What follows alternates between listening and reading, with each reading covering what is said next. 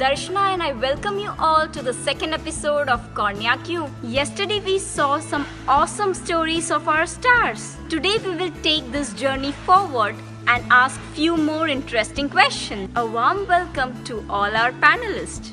Let's move further. Sir and ma'am, you could achieve so much that many simply dream of. Maybe know that shining trait of yours that made you an inspiring personality. Let's hear from the star, who is the pioneer of lamellar keratoplasty in India. Dr. Fogla, please. I think the key to success in cornea is basically that you should have a keen interest in the subject. You have to be passionate about your work, and you have to keep yourself updated with all the recent advances that are happening in the particular field of cornea and external diseases. Even though you may not have access to all the diagnostic equipments or the therapeutic equipments, it does not mean that you should not keep yourself updated. You should try and read up about them, because in future you may get an opportunity to use any of these newer equipments. And always you have to put in a lot of hard work.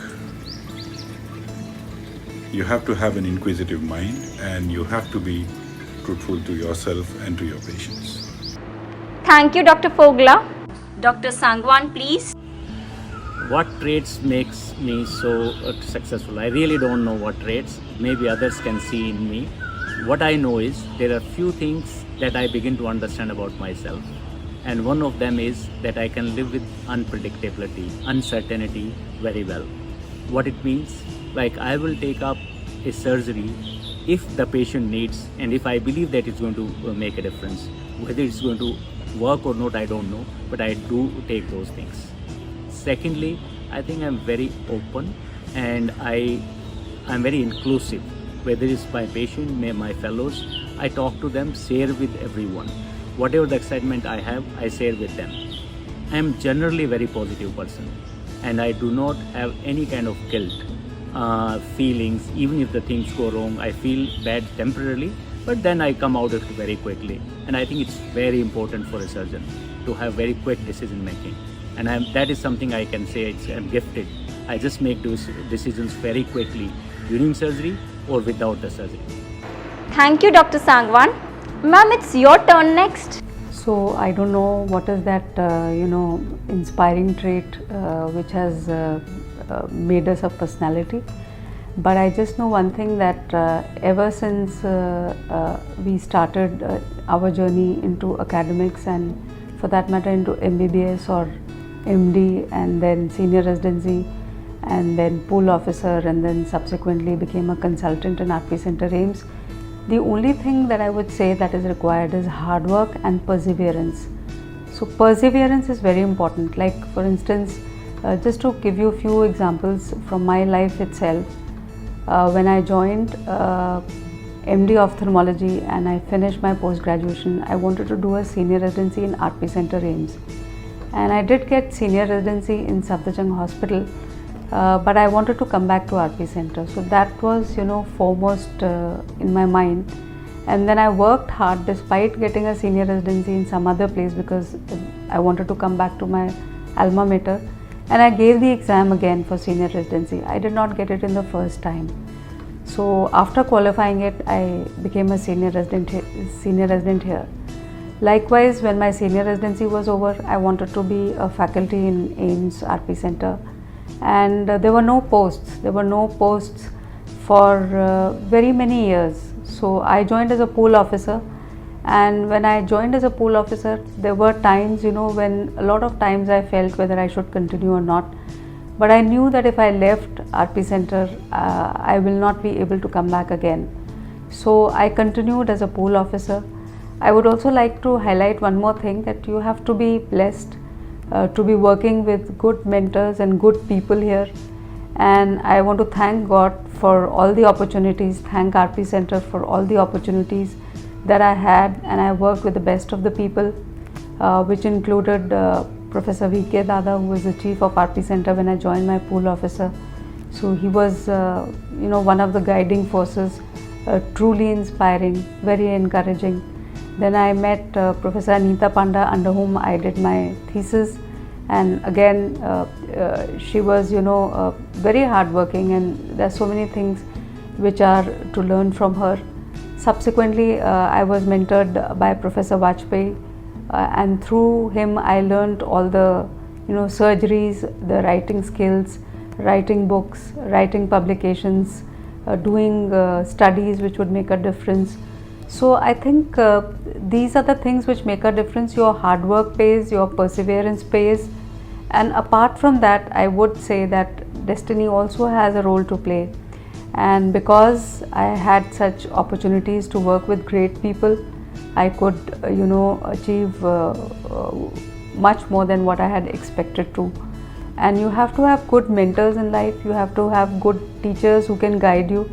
And sometimes it is said that and I'm quoting Professor V.K. Dada here, who says that what a teacher can tell you in 2 or 3 sentences, sometimes you read 3,000 pages of a book and you don't come to know the crux of the problem or the solution of the problem. So I think I was blessed to be having given opportunities to be working with stalwarts, and that is why I think I could do whatever I had aimed for and hoped for. Thank you, Dr. Sharma.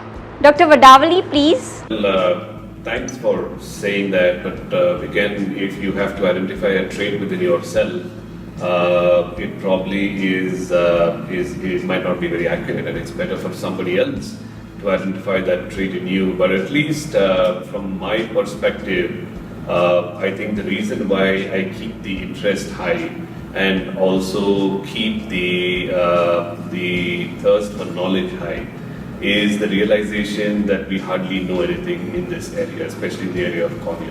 There is so much to know, there is so much to learn, and the only way you can actually do that is to have an open mind and try and learn from everyone, your peers, your seniors, your patients, and even your trainees. Your trainees actually and the fellows are a fantastic source of learning, because it's the questions that come from the fellows that actually goad you and encourage you to find out more and be on your toes as well.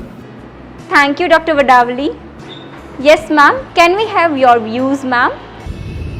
There are certain things that I have always done in a similar fashion, whether it's the things that you like or things that you don't like, whether it's something in your personal life or something in professional life.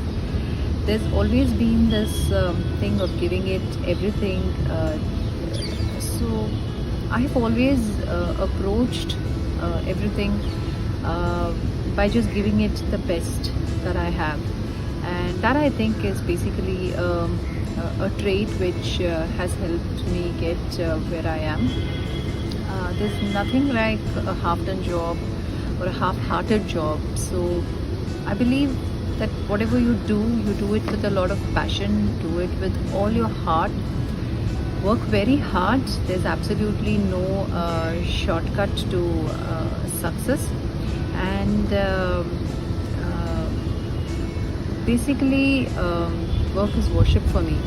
So and the place that I work in is aptly called as the Temple of the Eye. So when you look at the mission and the vision of the institute and the philosophy of our founder, I think that all that kind of echoed with my outlook, my approach and my sentiments, and it just so aptly worked out. And if you look at it, everybody in Shankar Netralaya is groomed in the same way, and we are all like one huge family. So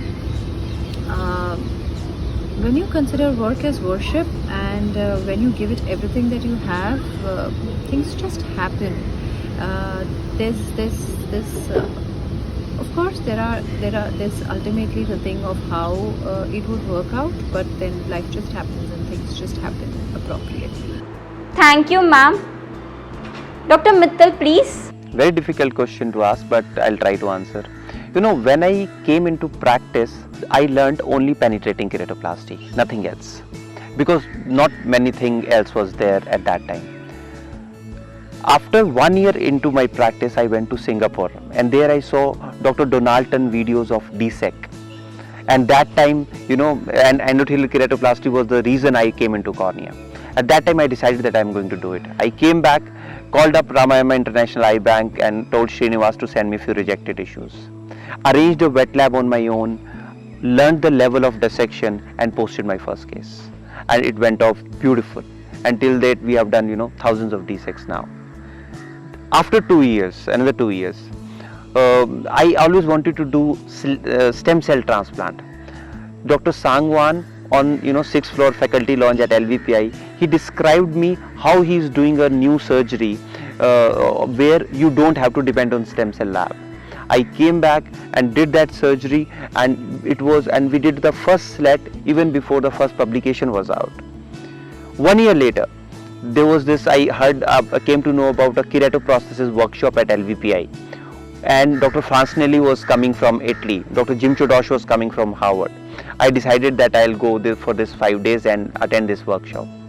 One of my friend asked me that how can you take leave in private practice, that too for 5 days. I couldn't understand his question.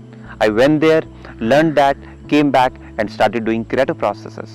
Then I came to know that for SGS patient we can do lid margin MMG. Again went to LVPI, spent some time with Dr. Sayan Basu, very good friend of mine, and learned that surgery, came back, started it. And then I think a couple of years later came my favorite surgery, DMAC. There, and how did I learn it? Dr. Rajesh Fogla, BOA, 2015. We sat on a coffee in a coffee shop, and for good 2 hours he explained me everything he knew about it. I watched a few more videos, started doing it. Had few hurdles, and then during one of the meetings in ESCRS in Barcelona, I learned a small way to do the surgery in a different way.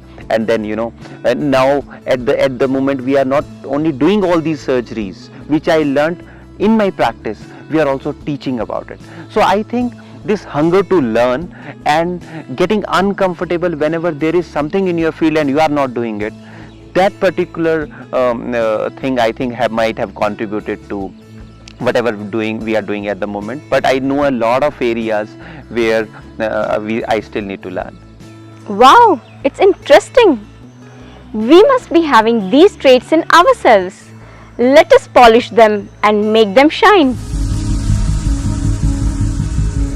Let's move ahead. They say life goes up and down. Relationship has highs and lows. These star cornea surgeons might have had their share of challenges during their romance with cornea. Dear stars, please go through your memory lane and share those difficult times and your thought process involved during that time. Let's hear from one of the most inspiring panelists. Dr. Vadavali, please. Initially, I was the junior most member of the faculty, and the job that I got to do was the one that was available. So I started to do a lot of research, and I worked on the confocal microscope for several months, 6 months or so. That was the only thing I did. And then one of the faculty members who used to work in the area of contact lenses left the hospital, so I was asked to take up contact lenses, and I did that. And I started to put the iClep program back on track. And then a year later, another of the cornea faculty members who used to take care of pediatric ophthalmology also left the hospital. And so I was asked to take care of that as well. So it was a natural choice, and I started taking care of pediatric corneal disorders and contact lenses as my first 2 areas of interest.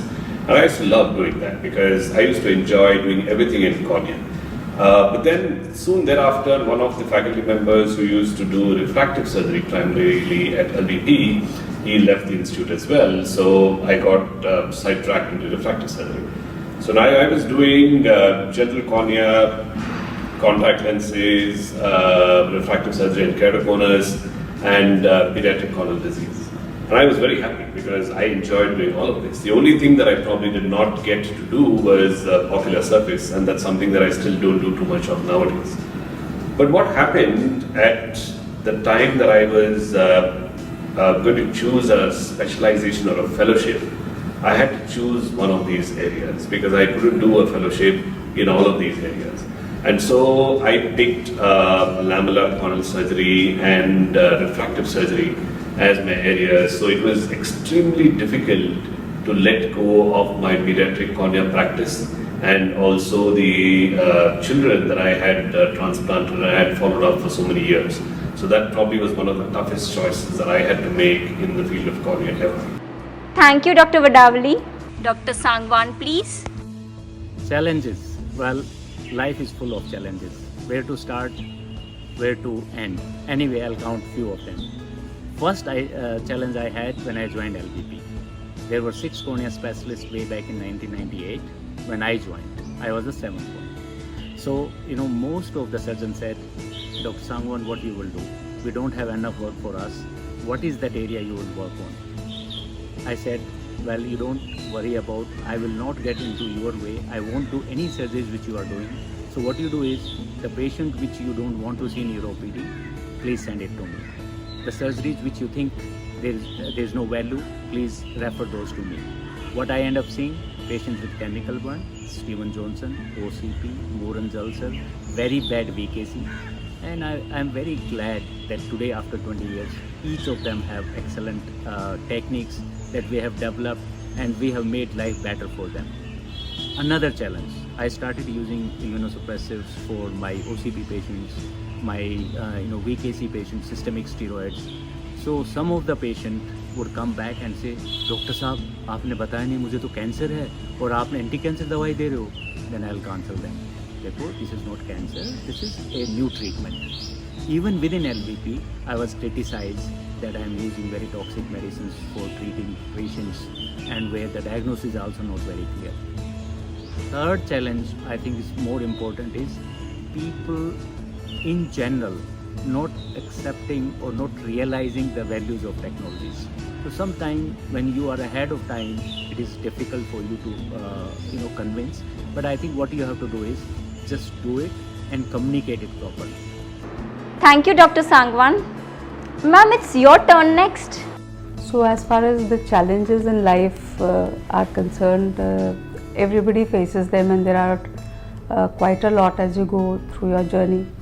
So like I said earlier, after every 3 years, like it happens in everybody's life, you are on the roads. So you do your MD 3 years and then you don't know what to do. Then you wait for senior residency 3 years, then you don't know what to do. Then you do join pool officer or any research job.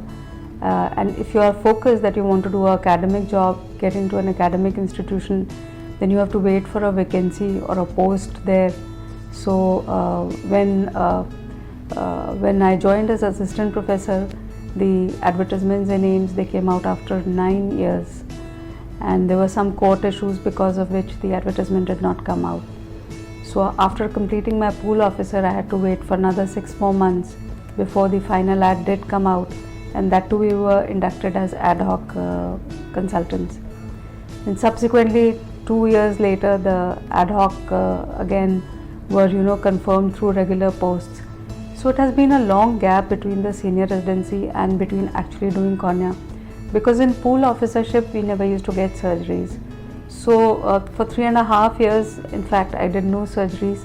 I saw surgeries, I assisted them, I video edited them, and I would like to highlight one more factor here, that even if you don't do surgeries yourself, it really doesn't make a difference, because if you see other people doing or if you assist other people, all the mistakes that you would do in your own life, you learn from what others are doing. You cannot make all the mistakes yourself.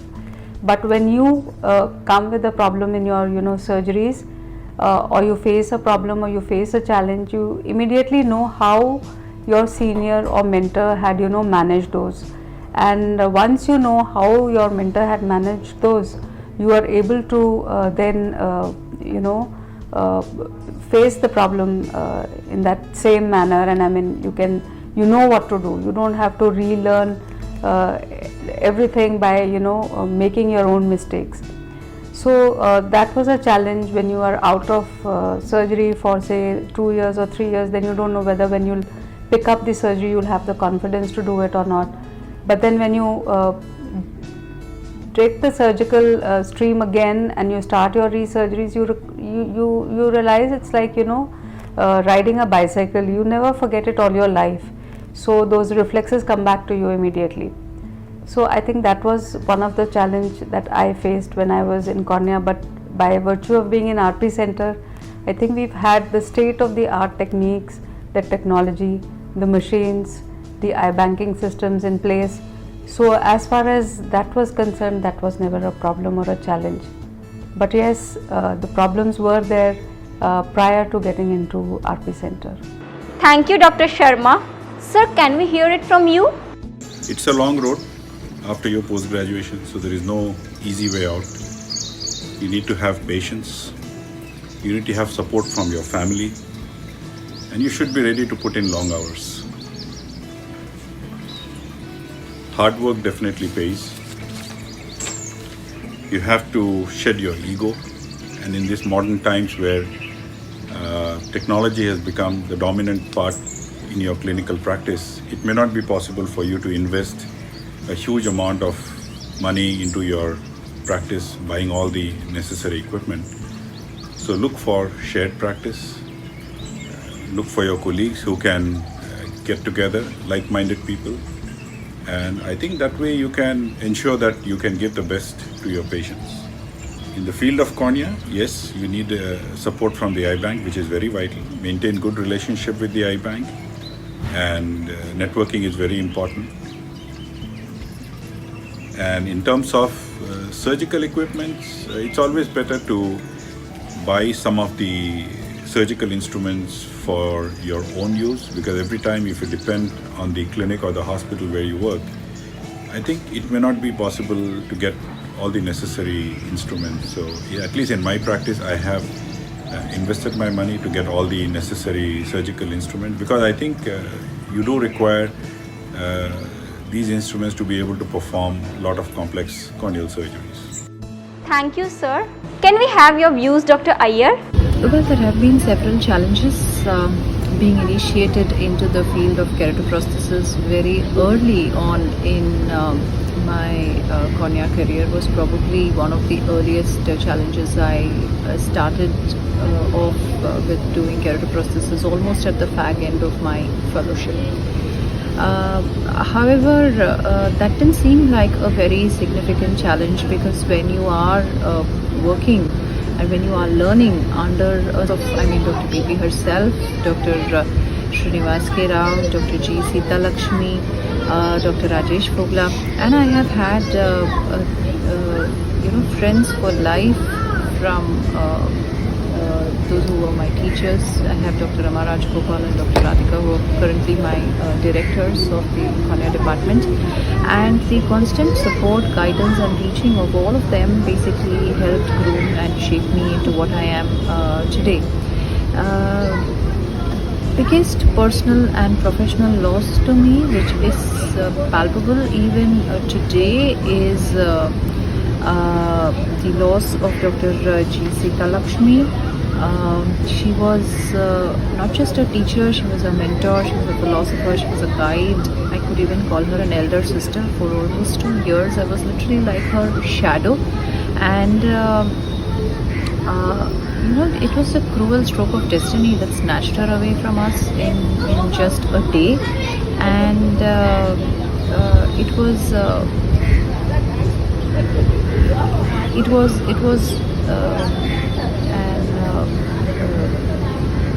unexplainable loss to me, and but yes, we had to get up, we had to get back on our feet, and this was possible because of a team effort. There were two people who lent a completely different meaning to what team effort meant, and these are Dr. Bhaskar Srinivasan and Dr. Vinay Pillai.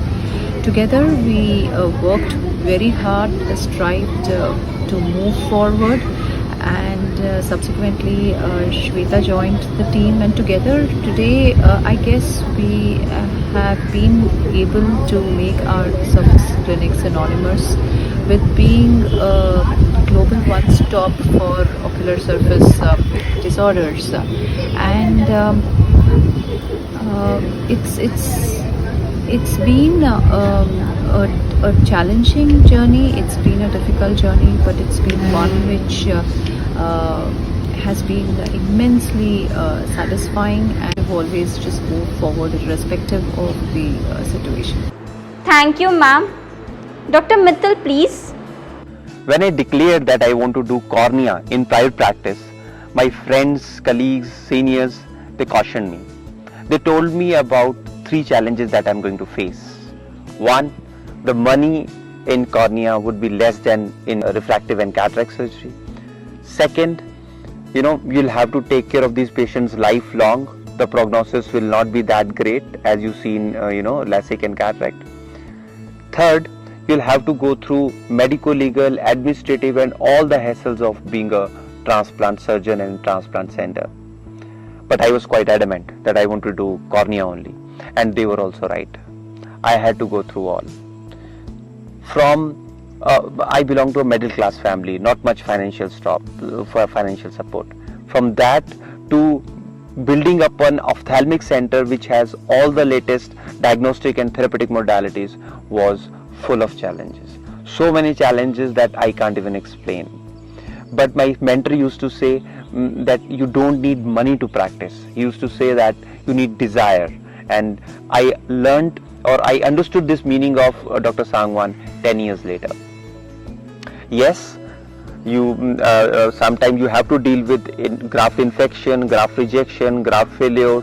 Result sometimes is not what you or patient expects, and then you have to deal with your own thought process, and you have to counsel the patient as well. So I have gone through all of them. I have dealt with all the problems that can happen, be it medical, legal, administrative, all the hassles of being a transplant surgeon or transplant center.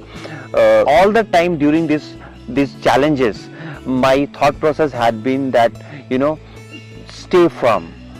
Every day the wind is not going to be in your direction. Sometimes it's going to be in opposite direction. When it's opposite, sometimes you can't run with your full speed. You'll have to slow down. Maybe you have to walk, and sometimes just stand. Just standing when the wind is quite fast in opposite direction, that is also a win. So I think these are the life situations which you can call challenges. Thank you, Dr. Mittal. A very famous poetry line that strikes my mind at this moment is, लहरों से डरकर नैया पार नहीं होती, कोशिश करने वालों की हार नहीं होती. Let us ask them a hypothetical question. Just imagine you have passed ophthal and you are in after ophthal syndrome. So with all the experience and exposure in hands, which is the specialty you would choose now? Let us hear from the epitome of grace. Dr. Iyer, please.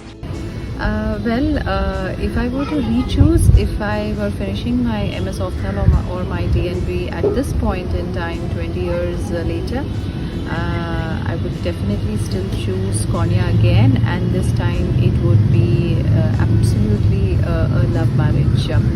I think cornea is a specialty that has seen the maximum revolutionary boom in the past 2 decades. I am indeed fortunate to have been a part of that revolution, and especially the emergence of ocular surface disorders as a separate subspecialty of cornea happened at this point in time. And I'm indeed fortunate to have been there at the right time and the right place. And if at all I had another chance, it would definitely be cornea once again. Thank you, ma'am. So can we hear it from you? If I have to do or live life again, what specialty I will choose? Well, it will be cornea, but this time by choice. But more important than choosing one specialty over other is, I think, what you do within the specialty, that is what matters, rather than which specialty you choose. So I believe that if you choose any specialty but you make a difference, you should start asking question, what is that I am going to do within this specialty, rather than what the specialty will do for me. How I am going to make a difference? My suggestion is, go after something which everybody says is difficult to solve or there is no treatment. You must go after that. At least you have 20-30 years to work on it. So that's my major reason that I would choose cornea, because there are so many other problems which I think I will not be able to solve in lifetime.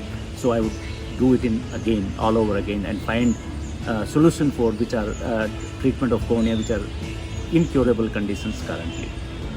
Thank you, Dr. Sangwan. Ma'am, it's your turn next. So after ophthalmology, I think it is going to be cornea only for me, cornea and ocular surface. I cannot think of doing anything else in life. And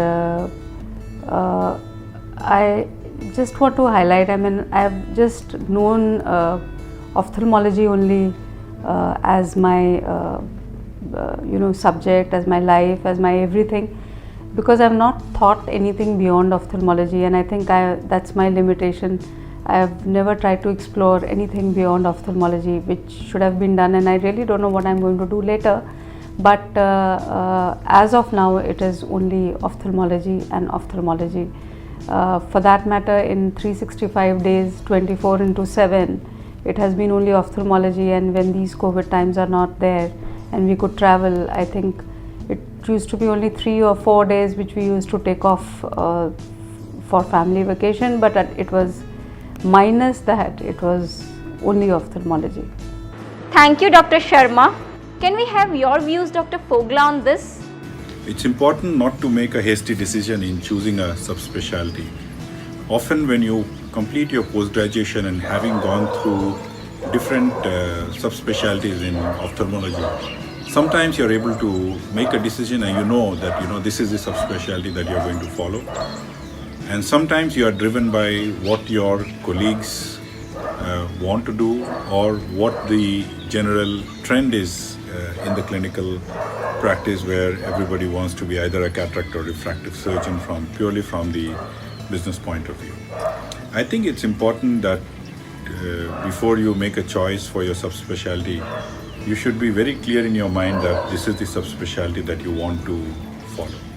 If you are not sure, take a year off, do clinical observership or do attachment with people who excel in that particular subject, get to know, and I think if you did that, getting exposed to that particular subspecialty, it would at least help you clear in your mind that yes, this is what I want to do for the rest of my life. And I think that's the key point that you should take into consideration. If I had to choose a subspecialty after my post-graduation, I think I would have loved to specialize once again in the field of cornea and external disease. Thank you, Dr. Fogla. Dr. Vadavali, please. Given a second choice or a second chance, I would pick cornea every single time. I would not deviate from that choice, and I would go back on my word and say that oculoplasty would not be my first choice, but cornea would. For the experience that it has given me, for the things that it has taught me, for the things that it has allowed me to do and experience, I think cornea has been probably a game changer for me. But the one thing that probably keeps me going as well, and the one thing that you should think of as a choice, is to be able to pass on the knowledge that you gain in your specialty and fellowship to people who come after you. And the ability and also having the power to change and also educate and teach the next generation, I think is one of the most important powers or abilities that you can have as an educator, as an ophthalmologist, and as a cornea specialist again. I don't think any other specialty affords you the length and the breadth of the potential for education. Cataract, refractive surgery, corneal transplantation, ocular surface, microbial keratitis, pediatric penetrating keratoplasty. The breadth is so amazing that you have so many choices to make after you finish your cornea fellowship as well. So do take cornea and continue to be satisfied and continue to teach the next generation as well. Thank you, Dr. Vadavali. Dr. Mittal, please. Now, with the knowledge that I can explore in so many fields, if I take up cornea, I'll definitely take up cornea again. And the initial one can be infatuation, but this time it will be a love marriage for sure. Thank you, Dr. Mittal. It looks like these people are madly in love with cornea. Anyways, before we conclude, let us take one pearl from each of them for the people who are in after ophthalmology syndrome. So my advice to all of you is don't get entangled in the mind about decision making. Go with your gut feeling. What is that you like? And once you like it, go give your life to it and make a big difference. And that's what is going to matter at the end of the day and at the end of your life. Thank you. In terms of doing your fellowship, it should not be something that you just do for getting a degree or a certificate saying that you have completed a fellowship. If you want to do a particular subspecialty fellowship, it's important that you choose a center or an institute which has good exposure to the subject, a fair number of patients, and good opportunity to learn from the experienced surgeons there, and also the opportunity to independently see and treat patients. I think at the end of your fellowship, you should have enough confidence that if you go back and you start your practice, you will be able to offer a good service to your patients. I'll let you into a little secret. I have been brought up in Mumbai. I never wanted to come to Chennai. I wanted to become a doctor, but I was very particular that I didn't want to do dentistry. I always wanted to do ophthalmology, so I think in that particular aspect I got my way. But in ophthalmology, I never wanted to do cornea. I didn't want to do oculoplasty. But at the end of it, when you see the kind of work that I'm doing today, it's a combination of pure cornea, oculoplasty to a large extent, and a lot of dental work, because the mucous membrane grafts that we do, the OOKP that we do, where we use the tooth to give back vision in the OOKP procedure. Well, sometimes it's not about what you want. It's not about the choices that you have made. Sometimes things might just happen entirely to the contrary. I am in Chennai and I am doing all the things that I thought I would, that I at one point in time didn't want to do. And all that I would like to tell you guys there, it might sound like a little bit of an advice, but it's not, is that irrespective of what falls on your plate, make sure that you make the best of it. Sometimes there might have been some judgmental error on your part as to what you like and what you don't like. But whatever you have, don't sulk, don't resent for having gotten what you didn't want, because you never know, probably that's what is going to make you into a star. And just give it the best shot, and I'm sure that the future will have a lot in store for you, as long as you remember three things: work hard, work very hard, do whatever you do with all your passion and all your heart, and most importantly, just give it the best that you have.